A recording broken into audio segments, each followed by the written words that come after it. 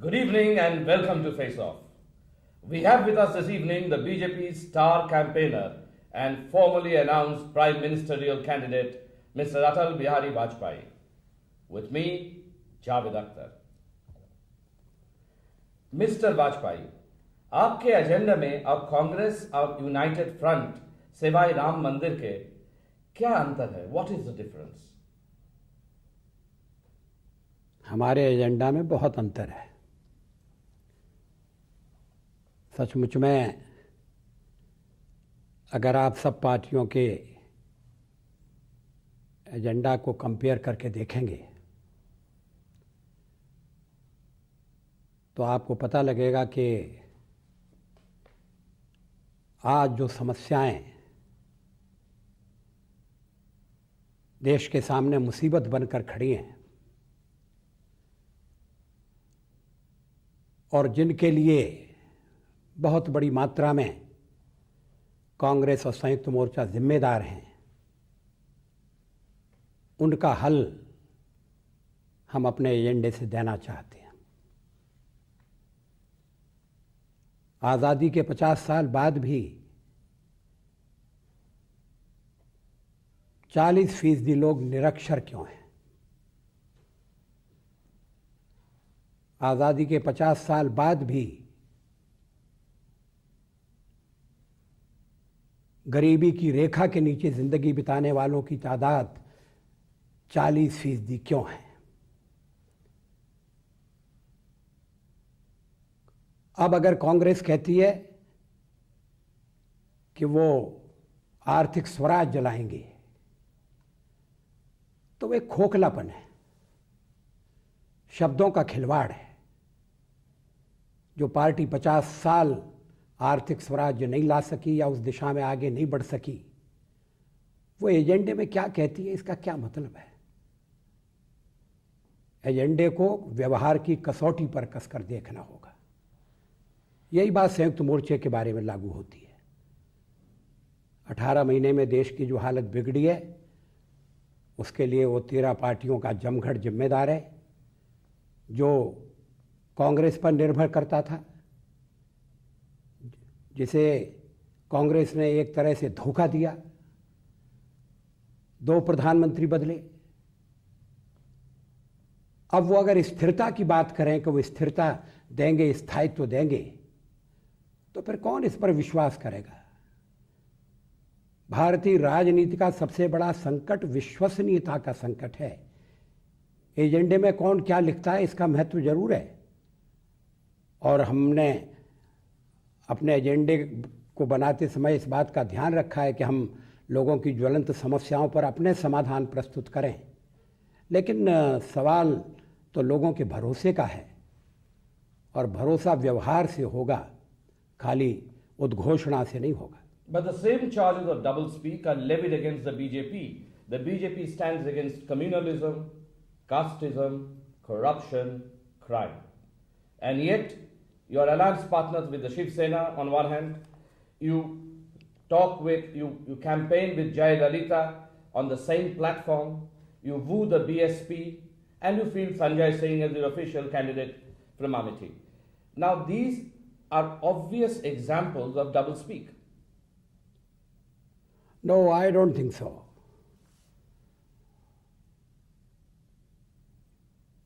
You judge Bharatiya Janata Party on the basis of its program, policies and its conduct.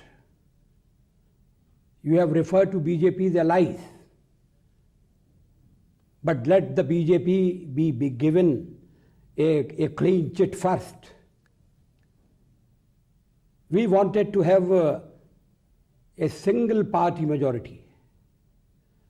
The Bharatiya Janata Party emerged as the single largest party during the last election. But when we were invited by the president, he was criticized by other political parties. Why was it done? In order to create majority in the Lok Sabha, we did not indulge in horse trading. Even our adversaries did not make that charge.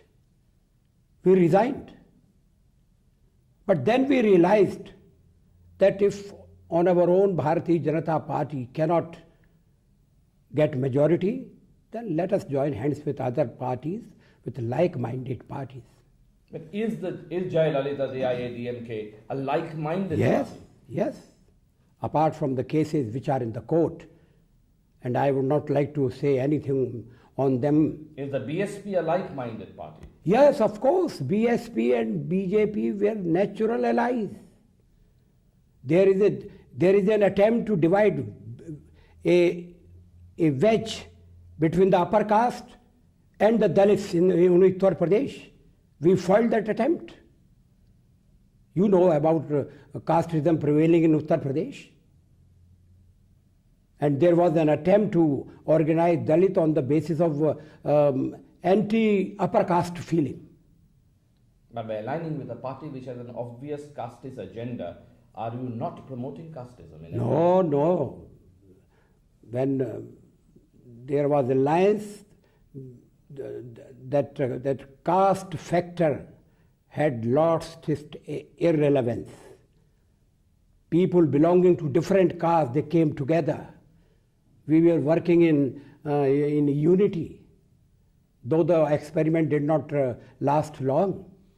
But it was a bold experiment. For the first time, a Dalit woman became chief minister of a conservative state, if I may say so, like Uttar Pradesh. Only BJP could do it. Atal ji, ये तो आपने जैसा फरमाया कि आपने horse trading नहीं की 13 दिन जो हुकूमत थी उसके लिए, उसे बचाने के लिए, लेकिन उसका इक्वल एंड ऑपोजिट रिएक्शन हम यूपी में देखते हैं कि जो worst kind of horse trading है वो वहाँ हुई। हर पार्टी में कुछ क्रिमिनल्स होते हैं, कुछ ख़राब एलिमेंट होते हैं, लेकिन बीजेपी ने तो हर पार्टी से क्रिमिनल चुन के अपने यहाँ जमा किए और उन्हें मंत्री बनाया। ये ठीक है, ये कहना ठीक नहीं। अगर आप ये कहते हैं तो आप मान लेते हैं कि और पार्टियों ने चुन चुन कर अपने यहाँ क्रिमिनल्स भर्ती कर रखे थे। आप ये भी मान लेते हैं कि लोगों ने उन क्रिमिनल्स को वोट दिए थे। उत्तर प्रदेश में जो कुछ हुआ उससे हम खुश नहीं हैं, लेकिन उत्तर प्रदेश में हमारे खिलाफ एक साजिश की गई थी। आखिर कल्याण सिंह सबसे बड़ी पार्टी के नेता के रूप में उभरे थे, गवर्नर ने उन्हें सरकार बनाने के लिए क्यों नहीं बुलाया? क्या अपराध था उनका? सिर्फ यही कि वो बीजेपी के हैं।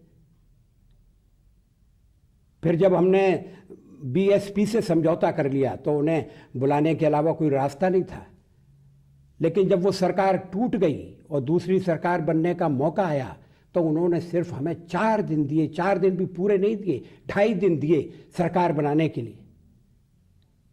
गुजरात में गवर्नर ने 15 दिन दिए और गवर्नर ने जिस समय हमें सरकार बनाने के लिए 2.5 दिन दिए, उसी समय केंद्र को सिफारिश कर दी कि वहाँ राष्ट्रपति शासन लागू कर देना चाहिए।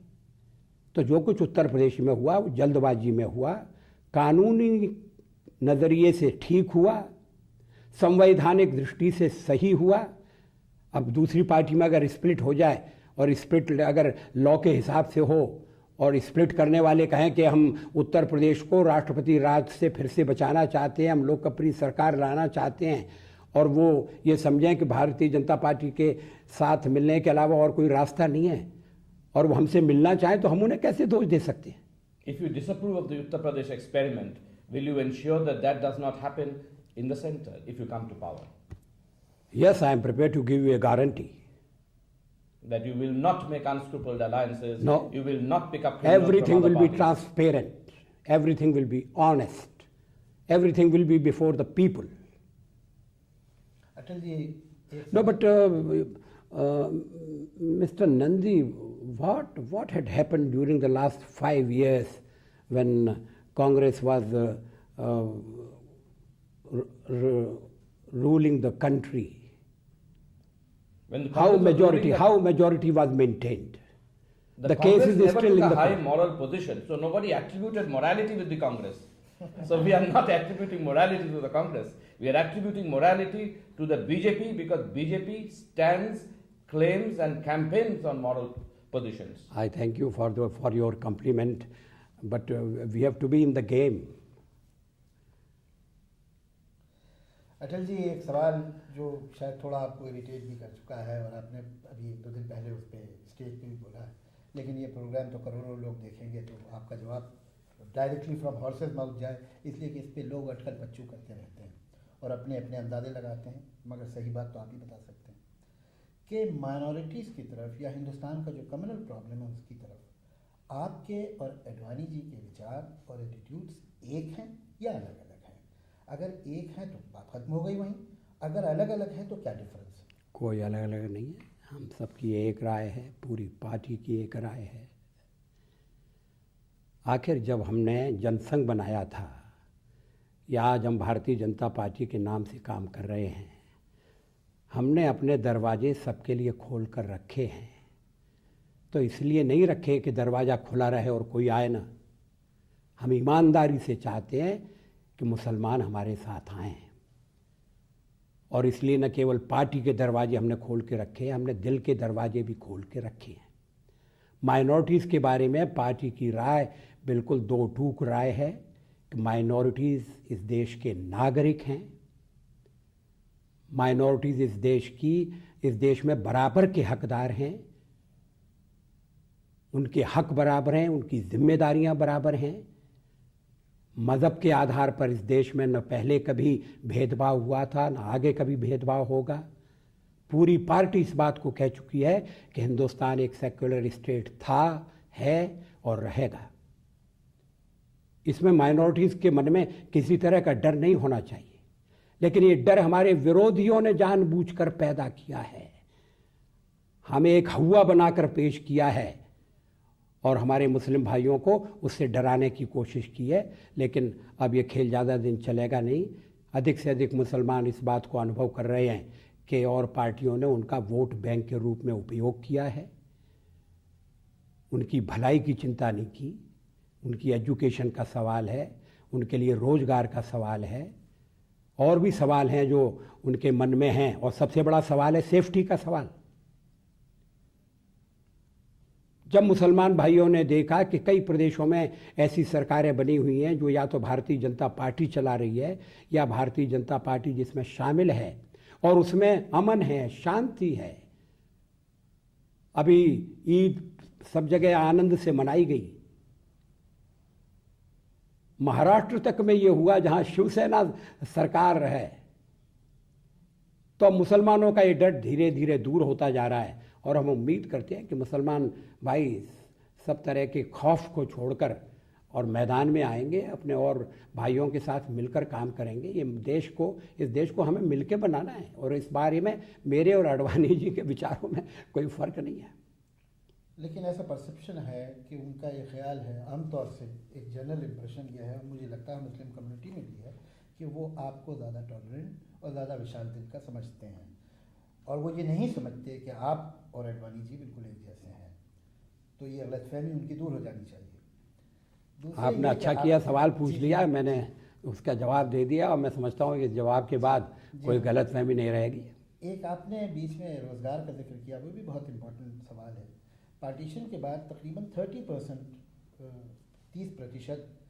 मुसलमान थे सरकारी या गैर सरकारी नौकरियों में। 50 साल बाद वो 2% भी नहीं है। तो अगर आप उनके रोज़गार की बात करते हैं तो कल को अगर आप सत्ता में आते हैं तो क्या उनका प्राइवेट सेक्टर में और पब्लिक सेक्टर में, पुलिस में, आर्मी में आप कोई कोशिश करेंगे कि उन्हें ज़्यादा से ज़्यादा रिप्रेजेंटेशन मिले, जो 11-12% लोग हैं? मैं मानता हूँ कि नौकरियों में, रोज़गार में मुसलमानों का रिप्रेजेंटेशन कम है। उसके कई कारण हैं। ऐतिहासिक कारण में मैं नहीं जाना चाहता, लेकिन मुसलमान एजुकेशन की तरफ जितना ध्यान देना चाहिए उतना नहीं दे रहे हैं। और एजुकेशन से मेरा मतलब खाली मकतब की पढ़ाई से नहीं है।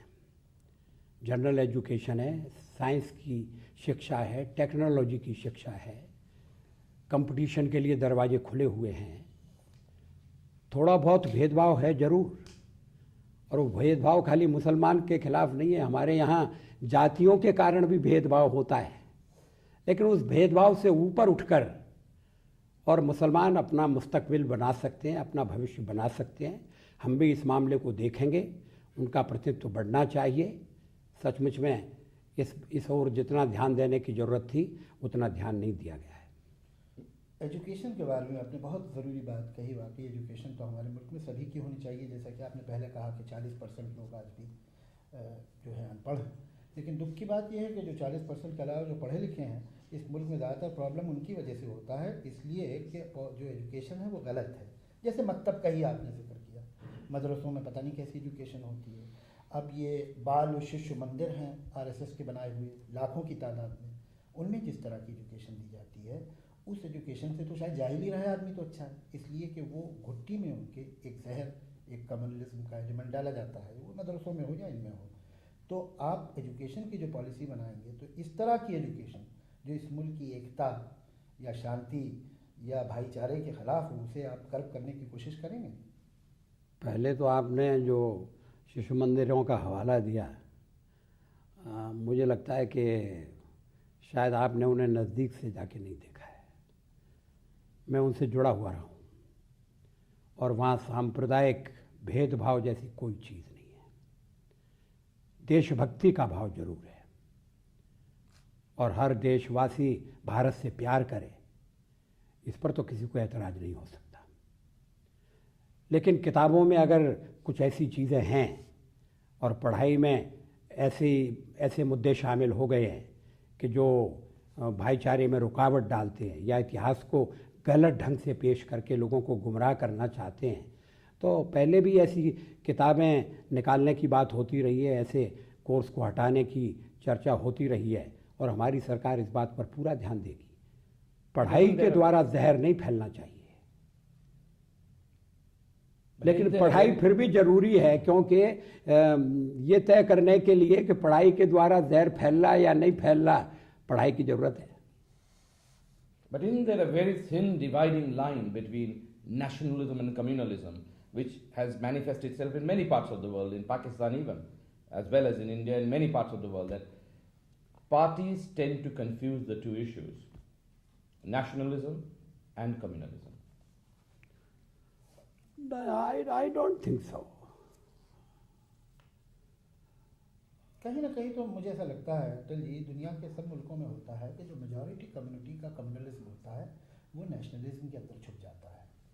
वो कहते हैं कि ये कम्युनलिज्म नहीं है, ये नेशनलिज्म है। मेजॉरिटी कम्युनिटी का नेशनलिज्म जो कम्युनलिज्म है, अगर मेजॉरिटी कम्युनिटी का नेशनलिज्म की क्या डेफिनेशन है आपके पास, कम्युनलिज्म की क्या डेफिनेशन है कि ये है मेजॉरिटी का कम्युनलिज्म, वो क्या होता है?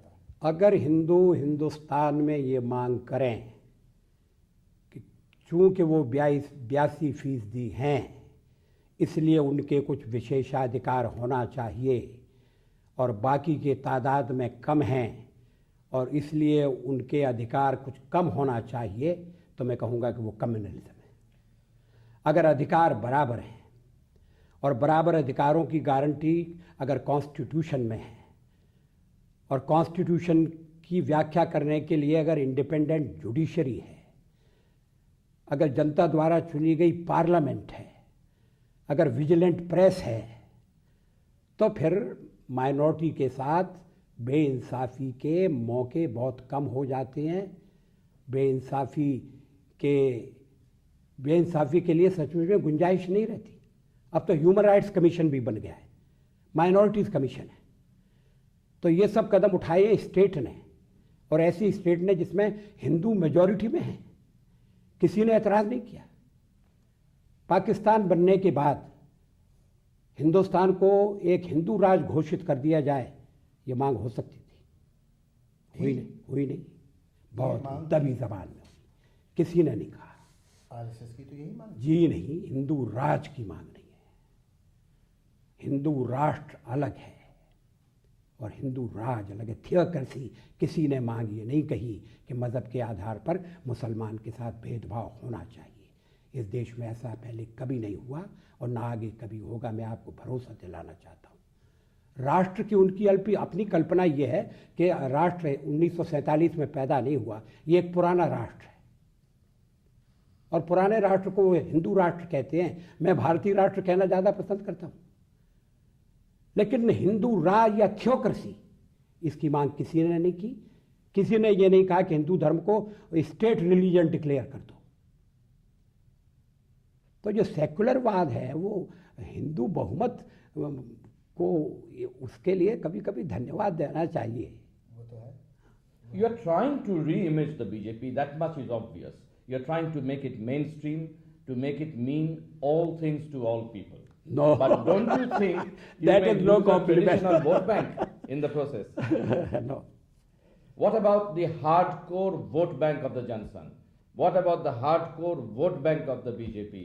Don't you think you are eroding that? No, we are not eroding that. We are multiplying it. We are getting more mass support. We are going to areas where BJP was never a strong force. Now we are getting tremendous support of the people. The results will show that we have made effective inroads in the southern states, particularly Tamil Nadu and Karnataka. So there is no question of giving up the hardcore support. I concede you're becoming more powerful. But the point is, power always compromises. As you grow larger, as you become stronger, you will have to compromise more and more to draw in more and more supporters. What are the areas in which the BJP intends to compromise? You go through our manifesto, we have not compromised on any issue. But we are getting support because the people think that BJP is the only party which can provide a stable government at the center.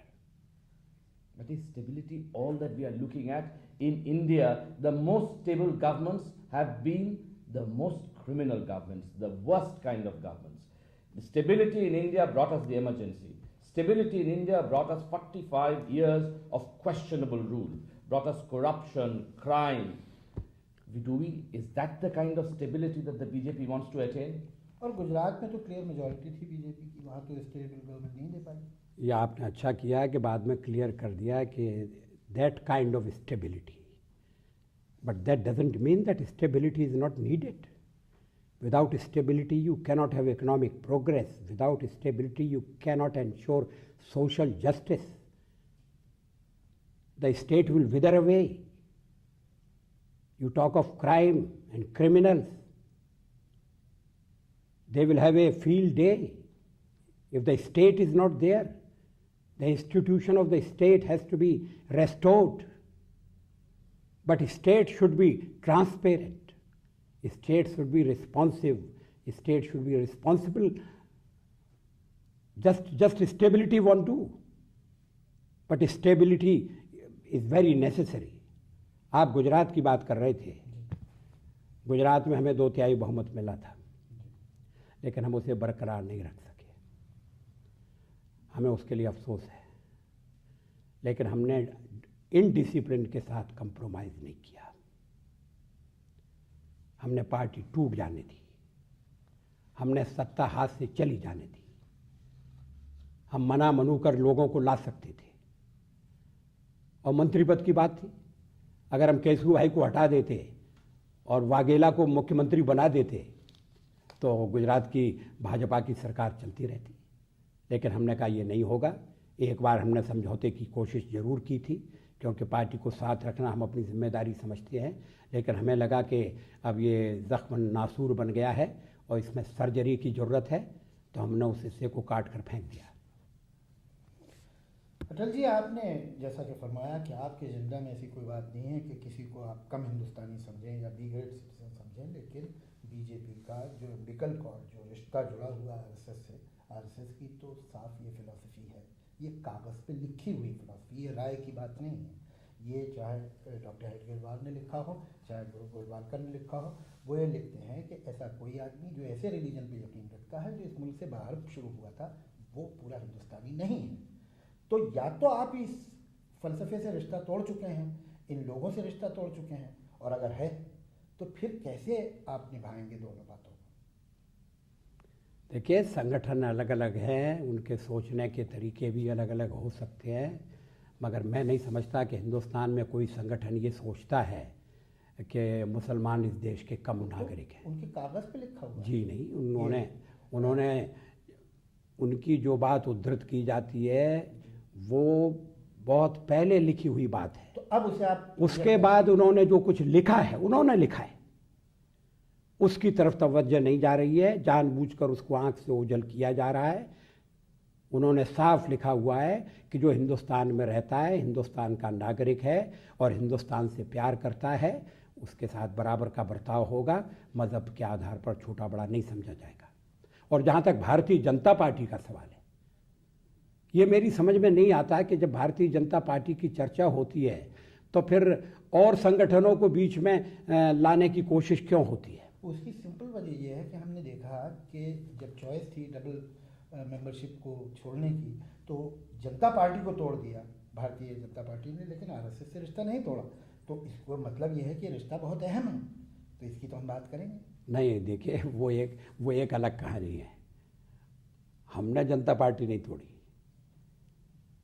जब जनता party बनी, नहीं, मैं ये नहीं कह रहा था आपने तोड़ी, वो बात नहीं, वो टॉपिक ही नहीं। ये है कि आपने आरएसएस से रिश्ता नहीं तोड़ा किसी भी सूरत में, और आपने कहा वो तो हम नहीं करते। नहीं, वो रिश्ता व्यक्तियों का रिश्ता है। सब बीजेपी वाले आरएसएस में नहीं जाते। बीजेपी में ऐसे बहुत से लोग हैं, और जैसे जैसे बीजेपी बढ़ रही है ऐसे लोगों की तादाद बढ़ने वाली है जो कभी आरएसएस में गए नहीं, जिनका आरएसएस से कभी संबंध नहीं रहा। वो बीजेपी की विचारधारा के कारण हमारे साथ आए हैं। लेकिन जनता पार्टी वाले ये शर्त लगा रहे थे हर एक इंडिविजुअल मेंबर पर कि आप कहाँ जाएंगे, कहाँ नहीं जाएंगे। वो कौन होते हैं ये शर्त लगाने वाले?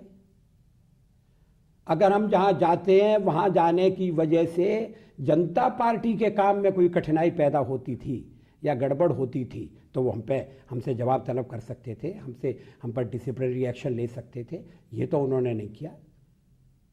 तो उन्होंने ये तय करने की कोशिश की कि आप कहाँ जाएंगे, कहाँ नहीं जाएंगे। और अगर और मेंबरों पर ये शर्त लगाई जाती कि आप इस मजलिस में जाएंगे या नहीं जाएंगे, तब क्या होता? तो वो तो लोग पार्टी तोड़ना चाहते थे, इसलिए बहाना बनाया। वो इशू ही नहीं था। It was a non issue, जिसको इशू बना लिया गया क्योंकि पार्टी तोड़ना थी। अब पछता रहे। यानी ये मुमकिन है कि एक आदमी एक ही वक्त में एक सेकुलर पार्टी और एक कम्युनल पार्टी दोनों का मेंबर रहे। पार्टी नहीं, ऑर्गेनाइजेशन का मेंबर रह सकता संगठन। आखिर सामाजिक काम के लिए कोई कॉन्ट्रडिक्शन नहीं है। कॉन्ट्रडिक्शन नहीं है, क्योंकि आदमी के कई पहलू हैं। मैं खाली राजनीतिक प्राणी नहीं हूँ, मैं कवि भी हूँ। अब मैं मुशायरे में जाता हूँ, मैं आपकी कविता बहुत पसंद करता हूँ। अब मैं ये तो नहीं देखता कि ये जो दूसरा शायर बैठा हुआ है मैं उसकी खाली कविता देखता हूँ। मैं ये तो नहीं देखता कि ये शायर किसी और ऐसी जमात से तो जुड़ा हुआ नहीं है जो जमात हिंदुस्तान के खिलाफ काम कर रही है या जिसकी राय लोग पसंद नहीं करते हैं। तो ये चीज़ें, इन चीज़ों को जोड़ना ठीक नहीं है। इसमें तो भारतीय जनता पार्टी के बारे में सही असेसमेंट नहीं होगा। Will you allow a BJP member to be a card-holding member of a communal Muslim organization? I don't know if there are any Muslim organizations which issue cards, but our members are free to join any or a community organization they like. There is no bar. There is no restriction. They are free. They can join any communal organization on the side. As a person who is a member of BJP is free to join Arya Samaj now. I am citing another example. Or Ramakrishna Mission. There is no restriction. Jamaat-e-Islami? Jamaat-e-Islami, yes. Jamaat-e-Islami friends were with BJP friends in jail during the emergency. आपने शायद वो पढ़ा होगा। उन दिनों राष्ट्रपति थे फखरुद्दीन साहब। उनके सेक्रेटरी ने एक अभी किताब लिखी है जो अभी अभी प्रकाश में आई है। उन्होंने लिखा है कि इमरजेंसी के दिनों में दिल्ली में एक ही बैरक में बीजेपी, तब जनसंघ था, जो जनसंघ वाले भी बंद थे और जमात-ए-इस्लामी वाले भी बंद थे। धीरे धीरे उनमें चर्चा शुरू हो गई, गुफ्तगू शुरू हो गई, दोनों में दोस्ती शुरू हो गई। जो जनसंघ वाले थे वो नमाज का इंतज़ाम करने लगे, मुसलमान भाई जो थे वो पूजा के समय अमन और शांति बनी रहे, शोर शरारबा न हो, इसका इंतज़ाम करने लगे। ये बात हमारे जमीयतुल उलमा के मुसलमानों ने देखी। उनको लगा कि ये सिलसिला ठीक नहीं है, इस सिलसिले को बंद करना चाहिए। और वो डॉक्टर फ़खरुद्दीन अली अहमद के पास गए और अहमद साहब इंदिरा गांधी के पास गए कि जमायते इस्लामी को और जनसंघ वालों को अलग अलग रखो, अगर ये दोनों इकट्ठे हो गए, इनमें दोस्ती हो गई तो कांग्रेस का सारा खेल खत्म हो जाएगा। ये बात सब किताब में लिखी हुई है।